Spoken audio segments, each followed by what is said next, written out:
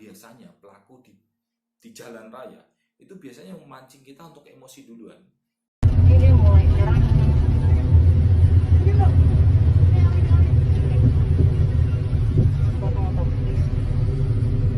Itu bisa lari.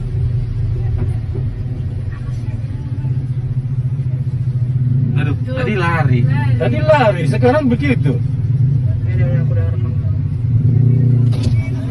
Itu pada bilang bohong-bohong. Nggak, bohong itu, bohong.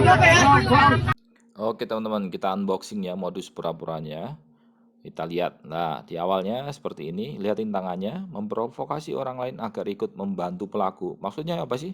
Semakin banyak orang bisa membuat korban itu jadi takut. Nah, psikologi massa teman-teman. Masih jalan lagi, masih tetap jari saktinya, telunjuk saktinya masih memprovokasi. Kayak gitu. Karena di sekitarnya ada pemotor lain juga. Nah, sambil teriak-teriak, itu, ini mobilnya. Nah, kemudian turun. Nah, luar biasa sambil berlari. Oke, lah kita ulangin lagi ya. Nah, ini yang aneh nih. Lah kok bisa lari ini? Gimana ceritanya ini? Nah, ajaib sekali pengobatan yang luar biasa. Seketika sembuh. Nah, tapi kemudian, nah itu megangin lutut nih. Seketika kambuh lagi. Mungkin kalau dilariin sembuh, kalau berhenti sakit. Tapi si driver ini tahu, tadi lari kok sekarang gitu. Kemudian penumpang sebelahnya ngomong, santai udah aku rekam. Nah, di depan sini juga ada abang-abang Gojek atau ojek online. Nah, yang di sini untung bapak-bapaknya itu dewasa. Diharapkan juga masyarakat ketika ada kejadian sesuatu jangan mudah terpancing. Bahaya, nanti masalahnya orang nggak salah pun bisa malah kasihan jadi korban. Nah, untungnya bapak-bapak yang ada di sekitar ini juga dewasa. Bahkan ada yang ngomong, oh iya ya itu pembohong, itu pembohong. Nah, Assalamualaikum warahmatullahi wabarakatuh. Semoga teman-teman banyak rezeki, sehat selalu. Di sini bersama saya Agus Suratmoko. Di episode kali ini kita akan membahas tentang tangkis kejahatan. Oke, baru-baru ini kita melihat seperti video yang tadi Bapak Ibu lihat, ada seseorang yang mempunyai modus pura-pura ditabrak. Nah, dan alhamdulillah sekarang pihak kepolisian sudah menangkap orang tersebut. Yang jadi masalah, gimana sih kita kalau di luar, kalau kita lagi nyetir atau kita sedang berpergian bersama keluarga, kita tidak menjadi korban seperti apa yang kita lihat. Nah, sebelum kita membahas, sebelum kita unboxing, kita harus cari tahu why-nya kenapa sih kok kita bisa jadi korban.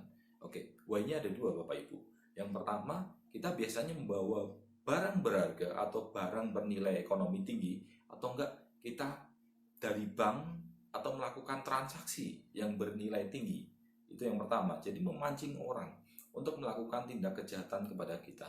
Kemudian yang kedua Bapak Ibu, kita di screening bahasanya kayak gini. Jadi kalau semuanya ada penjahat, itu dia akan melihat, oh kira-kira orang itu bisa nggak menjadi korban saya. Jadi saya nanti akan bahas di video kedepannya, ada seorang penjahat yang dia bisa melihat, oh orang ini bisa jadi korban, oh orang ini nggak bisa jadi korban, atau orang ini kayaknya lebih baik nyari yang lain deh. Oke, jadi ada 3 pola. Yang pertama, wah ini kayaknya punya sesuatu, punya kungfu atau punya silat. Yang kedua, ini kayaknya orang bahaya. Yang ketiga baru orang ini bisa kita eksekusi. Oke, jadi why-nya ada 2. Yang pertama, saya ulangin lagi, kita membawa barang berharga atau semacamnya.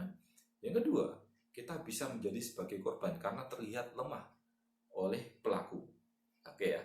Kemudian, Pak, gimana sih step-stepnya supaya kita nggak kena kejahatan seperti yang kita lihat di video tadi? Oke, tips pertama yaitu kenapa kita supaya tidak menjadi korban. Yang pertama, kita jangan memperlihatkan barang berharga. 1.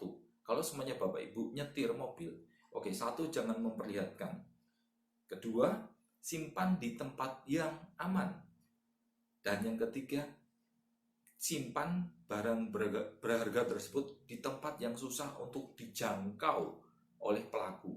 Karena biasanya pelaku itu biasanya masuk lewat jendela, ataupun ketika Bapak Ibu lengah, biasanya dia bisa memasukkan tangannya ke dalam mobil tersebut. Dan masalahnya juga ada pelaku yang langsung cerita, oke, ketika saya interview, bahwa ketika di perempatan, ketika membawa sebuah mobil, ada mereka kerjanya tim, dan mereka itu melihat di mobil Anda. Mereka melihat mobil, melihat, mengintip apakah di dalam ada barang berharga. Oke, jadi ketika Bapak Ibu ketahuan, oh di dalam ada barang berharga, dan nyetirnya sendirian, mereka akan membentuk tim, kemudian oh targetnya ini aja kayak gitu.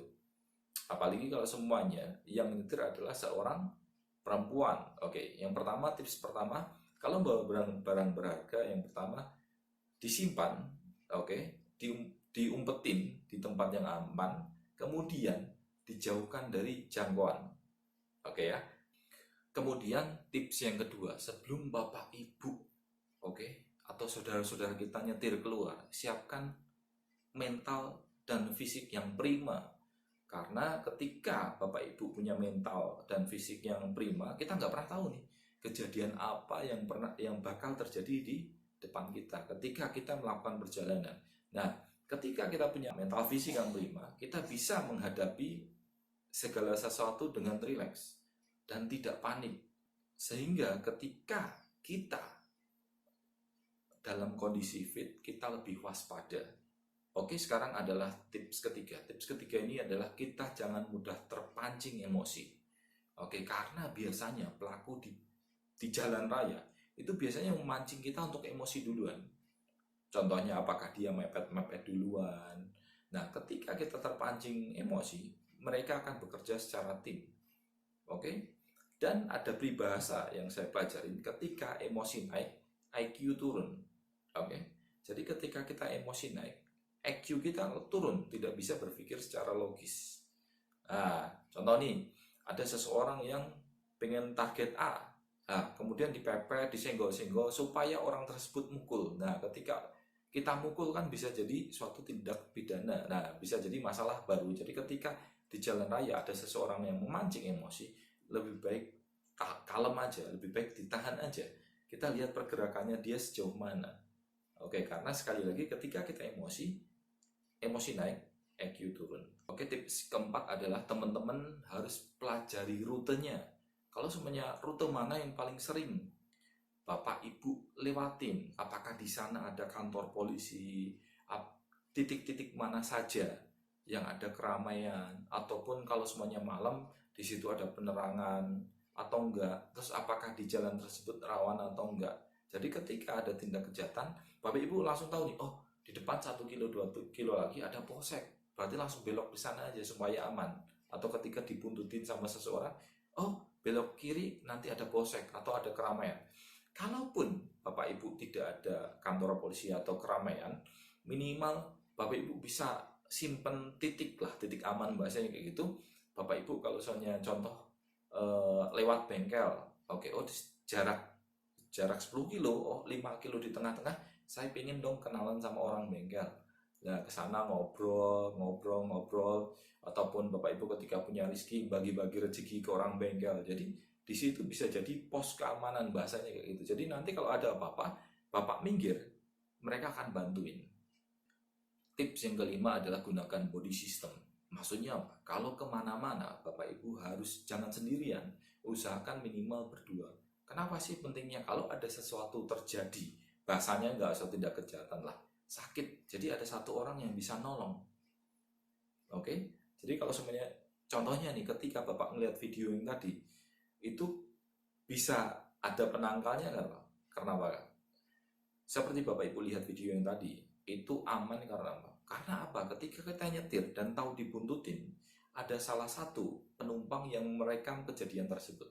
Jadi direkam orangnya dari samping, yang terus habis itu kelihatan kalau dia bisa lari, habis itu dia di sana pura-pura sakit lagi, ya kan? Amazing kayak gitu. Jadi ketika ibu-ibu melihat ada sesuatu atau bapak ibu melihat suatu gelagat, ini kayaknya aneh nih, oh kayaknya mencurigakan nih, silahkan penumpang sebelahnya langsung merekam kejadian yang ada. Jadi itu bisa memperkuat bapak ibu kalau memang bapak ibu tidak bersalah. Kemudian tips yang keenam adalah selalu ingat ciri-ciri pelaku. Nah, kalau semuanya Bapak Ibu datang kayak gitu, silakan Pak buka maskernya kalau perlu. Kayak gitu, hafalkan, oh rambutnya apa, matanya seperti apa, tinggi badannya seperti apa, bawahnya apa aja, oh berapa orang di sana, oh kira-kira tadi diikutin dari kapan, Bapak hafalkan detailnya. Jadi kalau semuanya nanti ada apa-apa, Bapak bisa mendeskripsikan lagi. Kemudian tips yang ketujuh adalah hafalkan plat nomornya.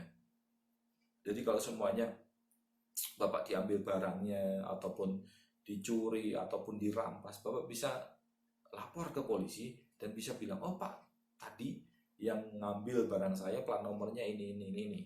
Nah, itu lebih detail. Oke? Sekian dari saya, Bapak Ibu, semoga bermanfaat. Saya yakin, silakan Bapak Ibu share video ini. Karena ketika Bapak Ibu share video ini, bisa jadi Bapak Ibu bisa menyelamatkan satu ataupun bahkan keluarga. Oke, silahkan share kepada orang-orang yang Bapak Ibu sayangi dan silahkan subscribe. Nanti ke depan saya akan unboxing modus kejahatan dan gimana sih cara kita melewatinya, cara kita menangkalnya. Sekian dari saya. Wassalamualaikum warahmatullahi wabarakatuh. Bye-bye.